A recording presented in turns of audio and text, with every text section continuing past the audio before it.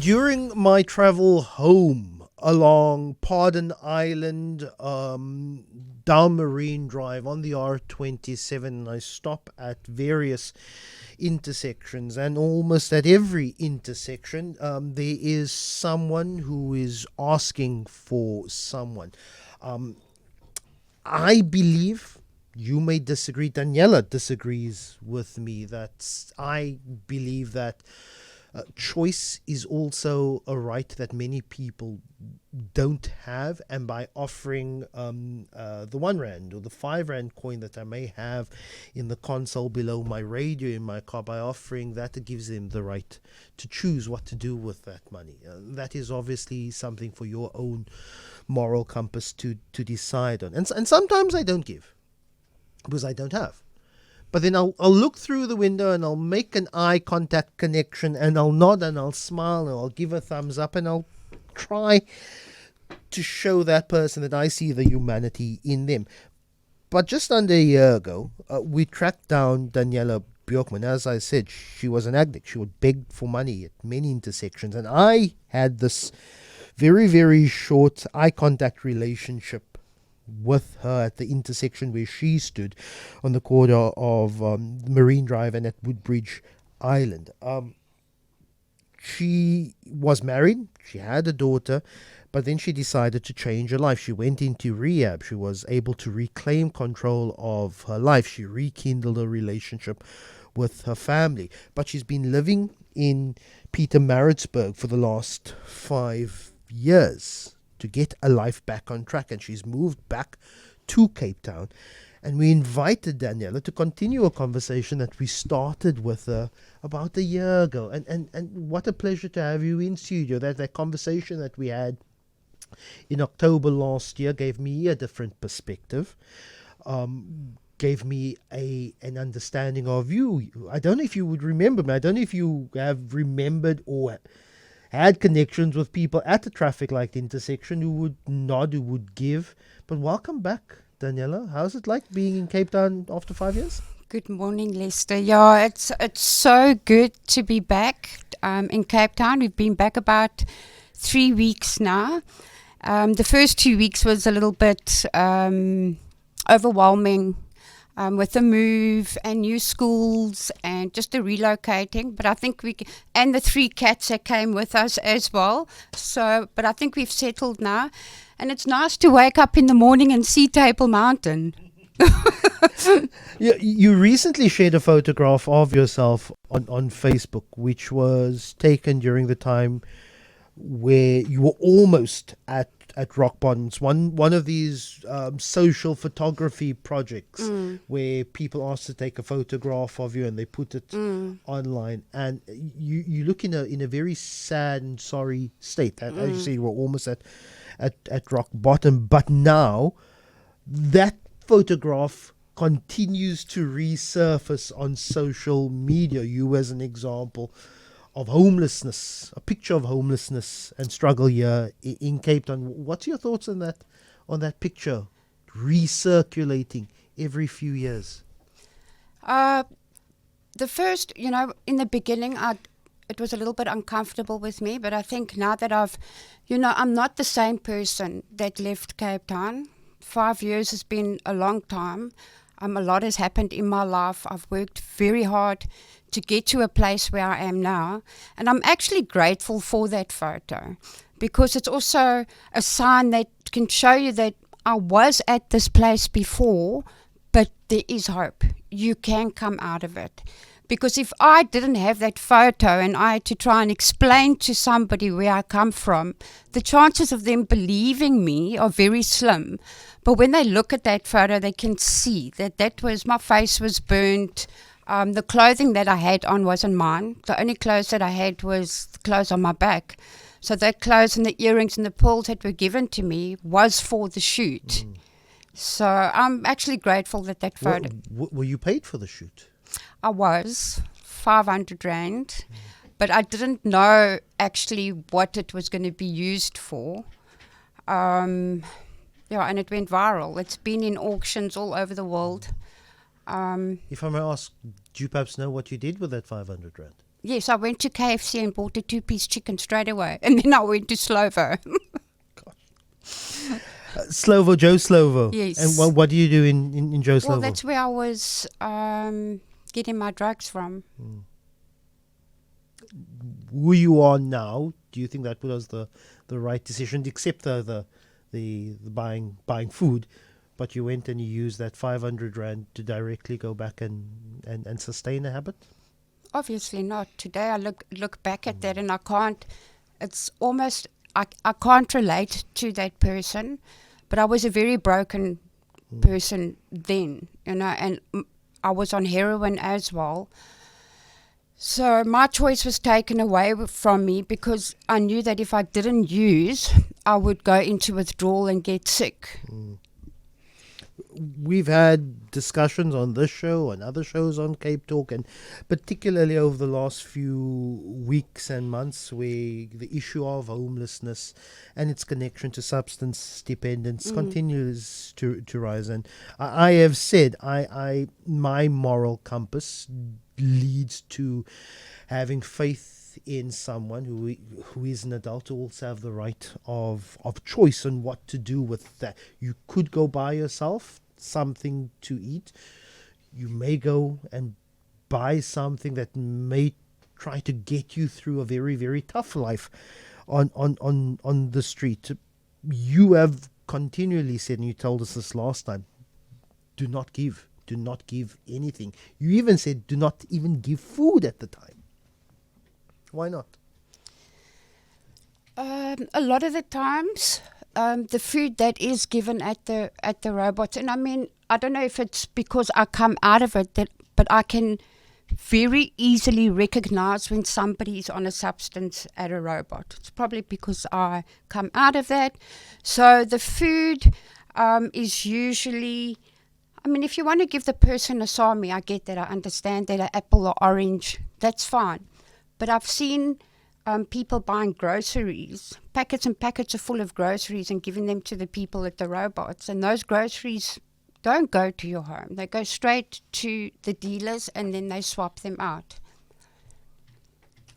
Talk to me about what you told me last time is the lack of awareness, even of standing at the robot and asking you're baking in the sun, you're either, and I think you told us last time that at that point you're probably coming down, you probably may be in a state of withdrawal. Your health is not in the best space, but talk to me what goes through your mind when standing at a robot intersection, panhandling, asking something for someone, having a little sign saying I need food, etc. Just what is the thought process, what you're experiencing at that moment or at that period? A lot of sadness and a lot of despair. I think if I think back to that person that I was then, I had to, in a sense, also dissociate from it. It's very humiliating if I think about it now. Standing there. My family was living in the same neighborhood where I was standing at the robots. My mom had to drive past me in the mornings and see me standing, and there was nothing that she could do for me until I said I need the help. They tried many times, and then I had to make that decision. Look, I need to make changes, and fortunately somebody reached out and said, I can help you, come to rehab. And 5 years later, I'm not that same girl that used to be there. Talk to me about the relationships that you build with motorists who stop at a particular intersection every day. There's a gentleman who stands at the corner of the entrance of the harbour and Marine Drive. I look out for him because there is a knowing nod, an acknowledgement, a thumbs up, and he's a elderly or a senior gentleman, and I hope he appreciates me acknowledging him, at least if I do not have anything. Talk to him about the sometimes the very fleeting relationships. Do you remember people you know at certain times, at certain point of the day in people's routine, they'll be stopping at that intersection on their way to or from home? So, yes, I can remember there was a lady that used to come past, because I used to stand at the robots pretty early in the morning because I'd wake up and I was sick, obviously, so I'd have to get to the robots. And she used to come past between 6:30 and 7:15 every single morning with a cup of coffee and a cheese and tomato salmi. And she used to give that to me. And I don't remember her name, but I do remember. And she didn't talk a lot to me. She'd just say good morning. But without even really having conversations, you build a relationship like that.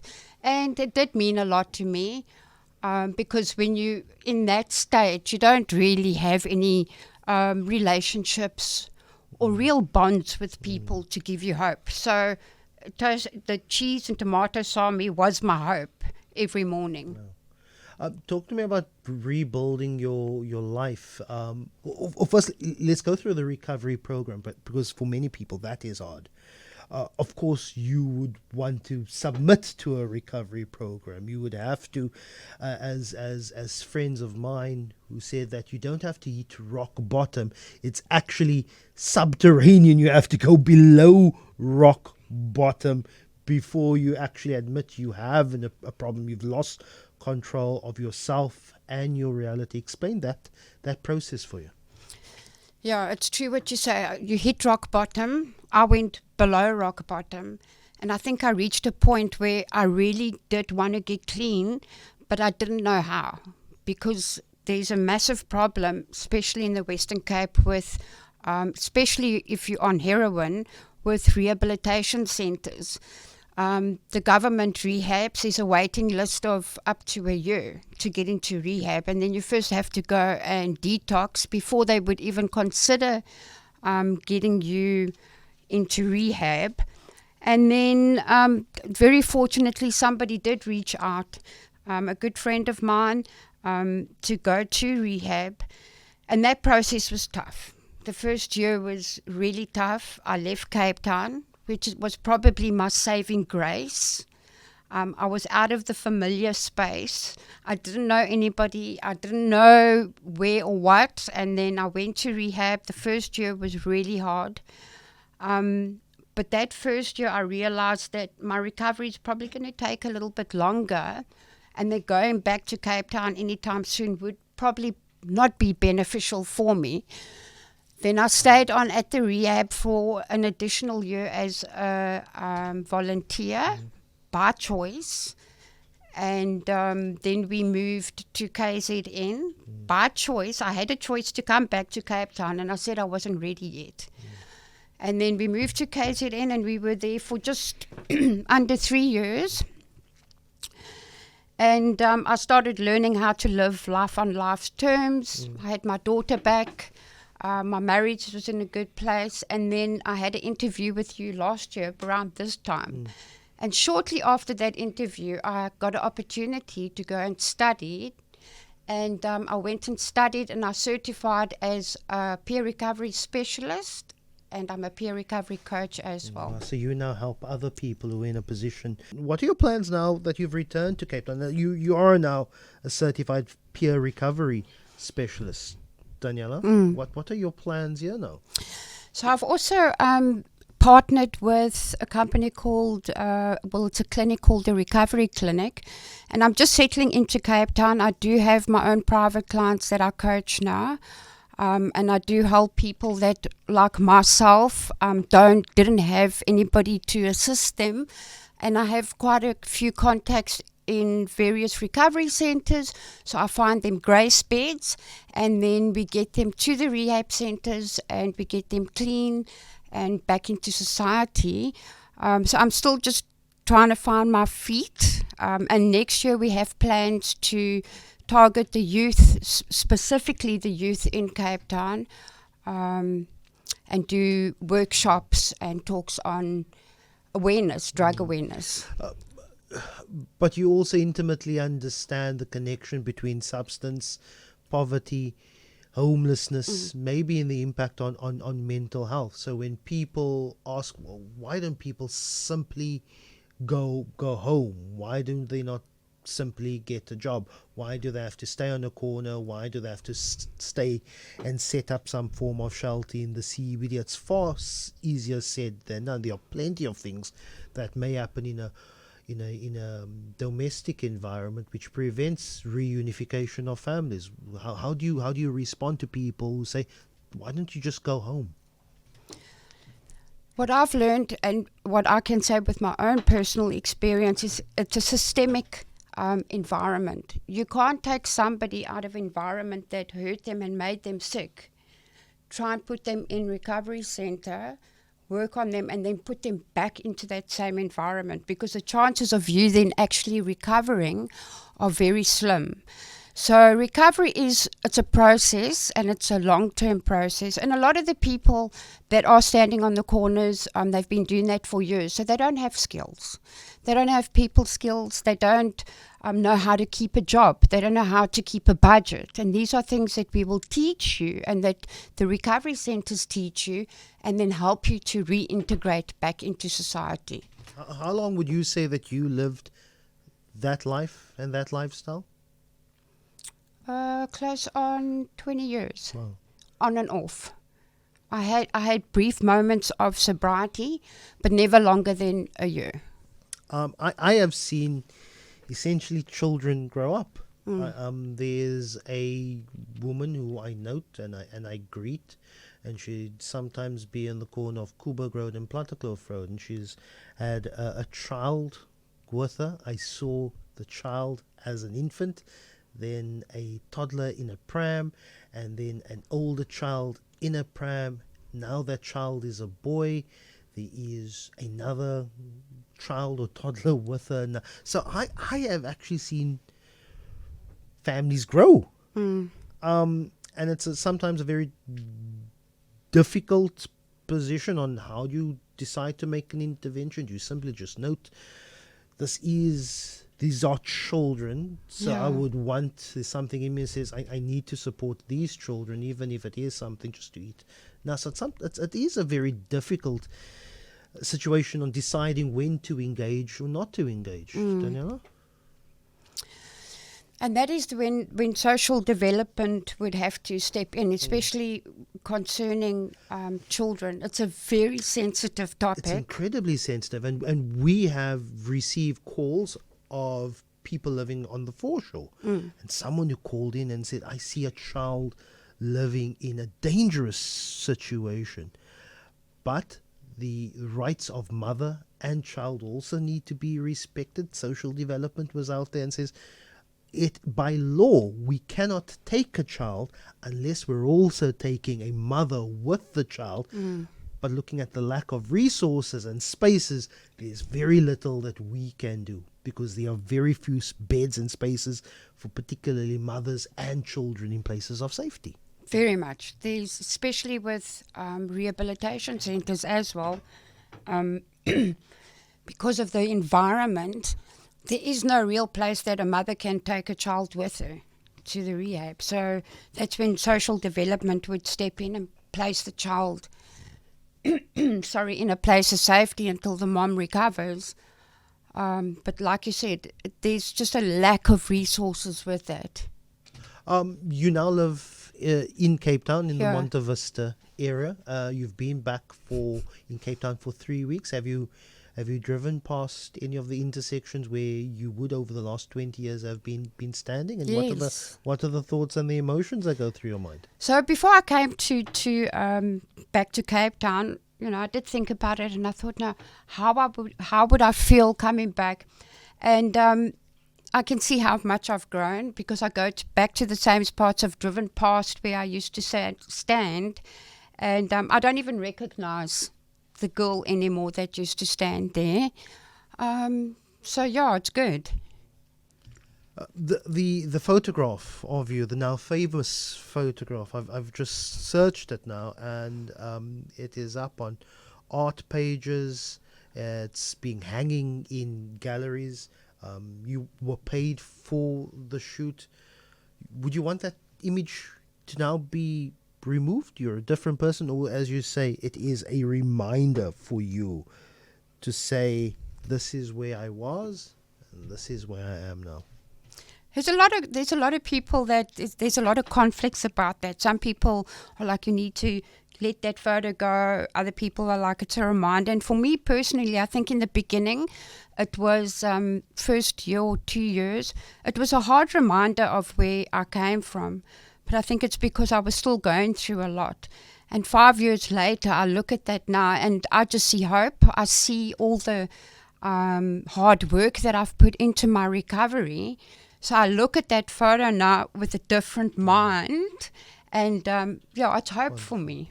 It's wonderful. Daniela, all the best. Thank You're you. always welcome to be a guest on our show with your thoughts on particularly how substances, poverty, homelessness affects people. I think that you've lived a life, you've gained the experience, you're trained in recovery, and I would really like you to hear more of your thoughts and your voices on our radio station. So whenever you have a thought, whenever you want to share, please, you're more than welcome to. Daniela Beukman, really appreciate your time. If you have a thought on this conversation, 021 446 0567. You can drop me a WhatsApp, 072 567 1567.